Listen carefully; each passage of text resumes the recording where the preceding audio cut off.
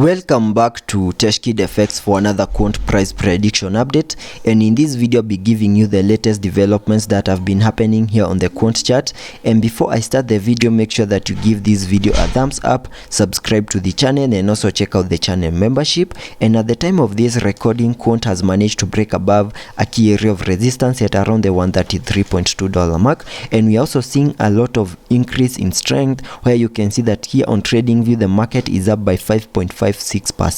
And getting into the details of the formation of what we have been seeing here on the Quant chart, I want to start the video here on the 4-hour chart by first giving you a recap of what has been happening, where you can see that Quant from the all-time high had been seeing no prices in this massive ABC corrective structure, which took us back to around the $40.1 mark. And after seeing the bear market low, we started a very nice bounce to the upside in a move that has been obeying the Elliot structures, where I have this Elliot structure in blue,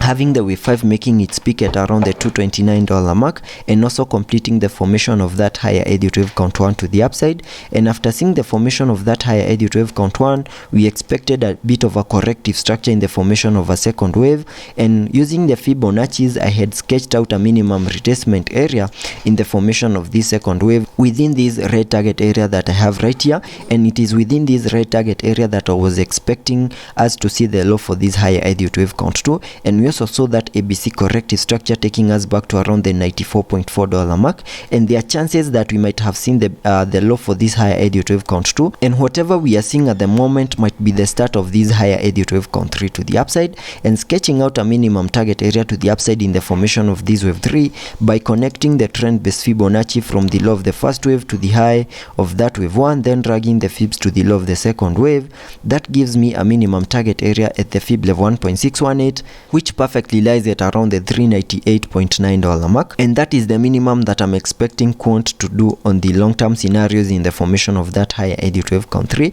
And getting to the short-term scenarios that I'm expecting to play out, you can first see that we had this chart pattern which is right here, which is a double bottom, which gave us a breakout to the upper side and fully maximized its target area at around the $135.7 mark. And after maximizing that target area, we saw a bit of a corrective structure over here, a bit of a retracement. And yesterday I gave you target areas that we needed to hold above for us to see higher prices, and that target area I sketched it using the Fibonacci's, and I said that we need to hold above the fib level 0.382 and the fib level 0.618, which Quant has done. And right now we have managed to continue holding above the 20-day MA, also managed to break above a key area of resistance at around the $133.2 mark, and we are seeing a bit of an increase in strength, and that means there are chances of seeing a retest of that key area of resistance. And once the retest is in, then we can continue pushing even higher in what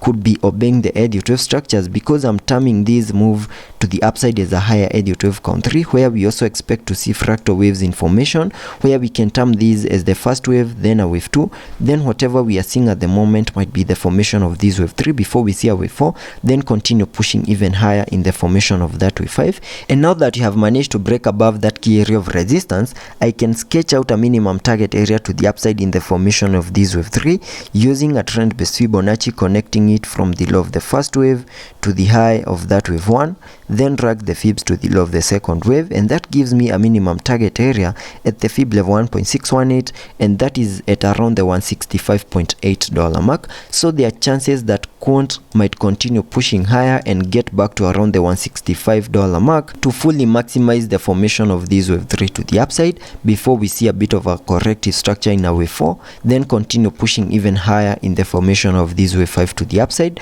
So that is what I'm expecting on the short term and the long term scenarios here on the Quant chart. Also taking a look at the indicators here on the RSI, we are trading at around the 78 mark, meaning we have managed to get into the overbought region, and whatever we can expect next is a retest of that key area of support for us to create some room on the RSI to continue pushing higher. Also taking a look at the MACD, we have printed a bullish cross and we are seeing an increase in the buying momentum. And if I also take a look at the volume indicator,